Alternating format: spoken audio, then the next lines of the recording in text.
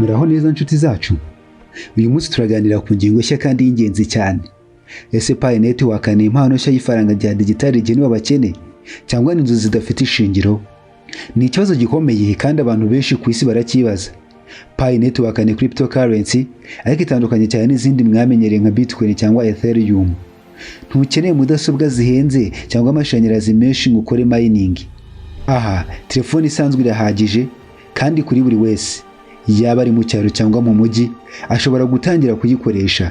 Intego yacu ni ukurebera hamwe uko Pi Network ikora, ibyiza biyivugwaho, ibibazo n'impungenge ziriho ndetse n'impaka ku isi yose ku bijyanye n'iyi crypto nshya. Uyu munsi turaganira kuri iyi ngingo kandi turayigimuze. Ni ikibazo gikomeye kandi abantu benshi ku isi barakibaza. Muri make Pi Network ni cryptocurrency ariko itandukanye n'izo mwamenyereye. Aho ntukeneye kugura mudasobwa zihenze cyangwa gukoresha amashanyarazi menshi ngo ukore mining. Oya, Pi Network yo ikoresha telefone isanzwe, ni ukuvuga ko buri wese yabasha kuyikoresha. Intego yacu muri iki kiganiro ni uko turebera hamwe uko ikora, ibyiza biyivugwaho, ibibazo cyangwa impungenge ziriho ndetse n'impaka zikomeye ziriho mu isi yose ku byerekeye na Pi Network. Maze tunagaruke ku kibazo cya mbere. Ese koko iyi crypto ni amahirwe cyangwa ni inzozi gusa? Ndi Jean Bosco Niyoneze, baha ikaze muri iki kiganiro. Pi Network yatangiye mu mwaka wa 2019, yashyizweho na Dr. Nicholas Kokokaris n'abandi barimo muri Stanford University muri Leta Zunze Ubumwe za Amerika. Intego yabo yari igaragara neza: gutuma buri muntu wese, yaba afite ubushobozi cyangwa atabufite, ashobora kugira amahirwe yo kwinjira mu bukungu bwa digitali.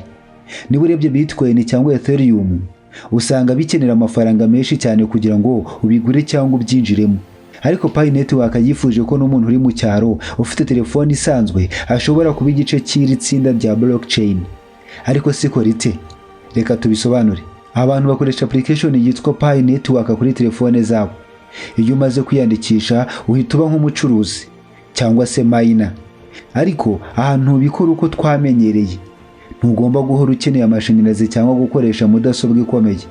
Oya, ikiba gisabwa gusa ni uko umuntu akanda rimwe ku munsi kuri application.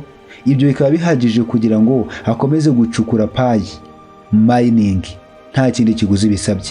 Ibi rero ntibikenera amashanyarazi menshi, ntibikenera mudasobwa zihenze, ni ikintu cyoroheje buri wese abasha kwikorera. Ikindi kandi Pi Network yubatse ku gitekerezo cyiswe social trust cyangwa se icyizere gituruka mu mibanire y'abantu. Ibi bisobanuye ko iyo ushishikarije inshuti yawe, aho umuryango wawe cyangwa abandi uzi, winjira muri uru rwego, bigira uruhare mu kongera umutekano wose w'urusobe rwa Pi Network. Urusobe rwa Pi Network ni ukuvuga ihuriro ry'abantu bose bakoresha Pi Network bafite konti zabo. Uko abantu benshi binjira bakaba baturutse mu bantu wizera, ni nako bituma urwego rwose ruba rugizwe n'abantu bizewe kandi bigabanya amahirwe yo kuba hari uwakoresha nabi urusobe. Ibi bikaba kandi bikuzanira inyungu yawe bwite kuko biguhesha amahirwe menshi yo kubona Pi coins ugereranyije n'iyo wakora uri wenyine. Mu yandi magambo, ni nk'uburyo buhuza abantu mu muryango mugari, aho buri wese agira uruhare mu kubaka icyizere n'umutekano w'iri faranga.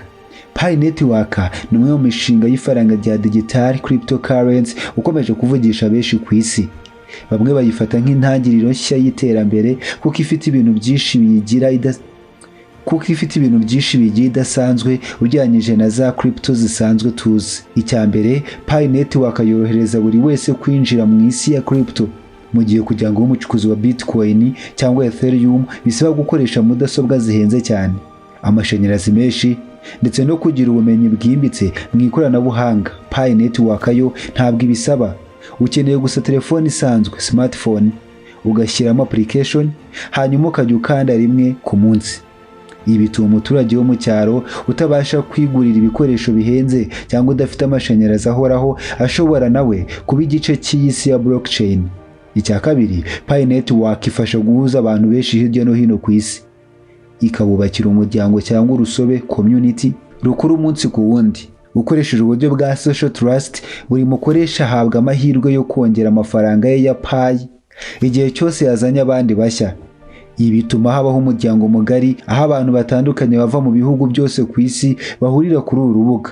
Uyu muryango niwo ugaragaza ko Pi Network ishobora kuba igikoresho cyo guhuza abantu aho kuba urwego rugenewe abakire cyangwa abafite ubushobozi gusa.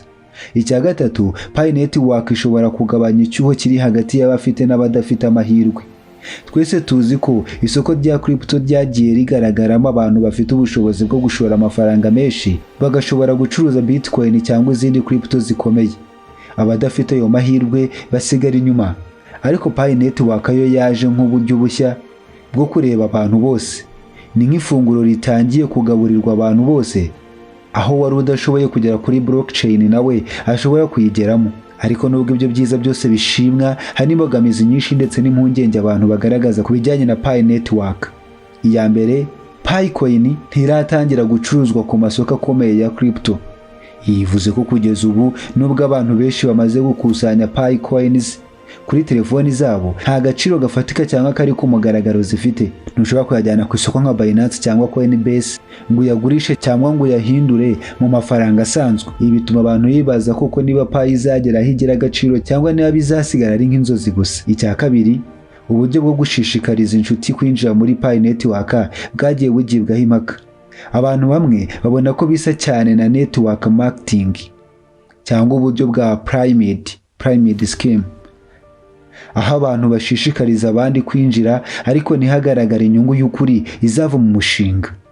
Nubwo abashinze Pi bavuga ko ari uburyo bwo kubaka icyizere n'umutekano mu muryango mugari, abakemurampaka bo bibaza niba atari uburyo bwo gukurura abantu benshi hatagaragazwa intego nyakuri. Icya gatatu, amakuru make ku byerekeye imari n'ikoranabuhanga riri inyuma ya Pi Network nabyo bitera amakenga. Abashinzwe umutekano bavuga byinshi ku hazaza, ariko ntibatanga ibisobanuro birambuye ku buryo Pi izagira agaciro ku masoko cyangwa uburyo izajya ikorana n'amabanki n'amakompanyi akomeye. Ibi bituma benshi bibaza niba Pi ari umushinga muzima koko cyangwa niba ari inzozi zigamije gukurura abantu ariko zizasiga benshi mu gihombo. Uyu mwanya w'imbogamizi n'impungenge niwo ukomeza gutera impaka. Bamwe bavuga ko Pi ari umushinga udasanzwe ushobora kuzahindura isi, abandi bakavuga ko ari nk'inzozi zidafite ishingiro. Uko iminsi igenda ishira, Pi Network ikomeza gukwirakwira ku isi yose kandi abantu bayakira mu buryo butandukanye. Ku ruhande rumwe, abakunzi ba Pi Network bavuga ko ari amahirwe akomeye cyane cyane ku baturage b'isi bose batigeze bagira uburyo bwo kwinjira mu isoko rya crypto. Mu bihugu byinshi bikiri mu nzira y'iterambere harimo Afurika, Aziya y'Amajyepfo ndetse n'abandi, abantu bakiriye Pi Network nk'impano ibahaye amahirwe yo kuba igice cy'ubukungu bushya. Urugero, umuntu wo mu cyaro mu Rwanda cyangwa mu gihugu cya Nigeria udashobora kubona amafaranga yo kugura Bitcoin cyangwa Ethereum, ashobora gukoresha telefoni ye asanzwe akoresha akajya kanda rimwe ku munsi agahita yinjira mu rugendo rwa blockchain. Ku bakunzi ba Pi, ibi ni demokarasi y'ubukungu kuko bigaragaza ko n'abatagira byinshi barimo gusangizwa amahirwe hamwe n'abakiri. Ku rundi ruhande, abavuguruza Pi Network bavuga ko ari umushinga uzahera mu nzozi.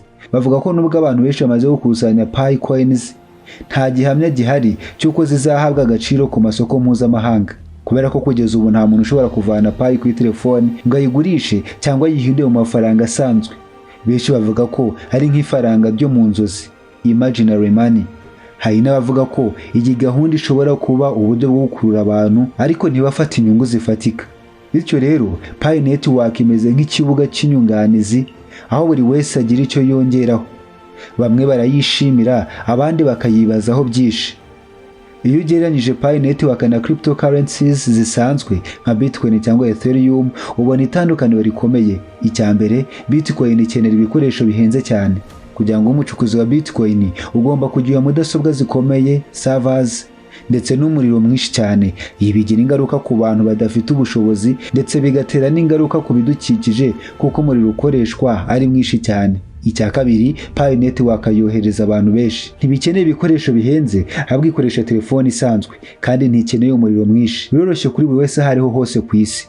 Umuturage uri mu cyaro udafite amashanyarazi menshi cyangwa mudasobwa ashobora gukoresha Pi, mu gihe bidashoboka kuri Bitcoin. Ariko kandi Bitcoin ifite agaciro gahoraho ku isoko ndetse ikomeje gufatwa nk'ifaranga rya mbere ryemewe ku isi ya crypto, mu gihe Pi Network yo ikiri mu rugendo rwo kwiyubaka. Nta gaciro gafatika irabona. Uko biri kose, Bitcoin ni umwami wa crypto, mu gihe Pi Network ari umwana utangiye urugendo rwitezweho byinshi ariko utaragera ku ntego. Iyo tuvuze ku hazaza ha Pi Network harimo ibibazo byinshi bikomeye kandi byose bisaba igisubizo gikomeye. Icya mbere, ese Pi izabona isoko by'ukuri bikigira agaciro? Ubu abantu benshi bafite Pi coins mu matelefone yabo, ariko ikibazo gikomeye ni ukumenya niba bizageraho bashobora kuzicuruza ku masoko akomeye nka Binance cyangwa Coinbase. Ibyo nibiramuka bibaye, Pi izahinduka ifaranga rifite agaciro nk'izindi crypto, ariko niba bitazigera biba, izahera mu nzozi. Ese Pi izaba koko crypto y'abaturage? Abakunzi bayo bayifata nk'inkingi yo kuzahura isi yose, aho buri wese yaba afite amahirwe yo kugera ku bukungu bwa digitali. Ariko niba bayishyizeho batazabona uburyo bwo kuyihuza n'amabanki, amasoko mpuzamahanga cyangwa ikoranabuhanga riyifasha kugira agaciro, izasigara ari nk'inzozi zitigeze zishyirwa mu bikorwa.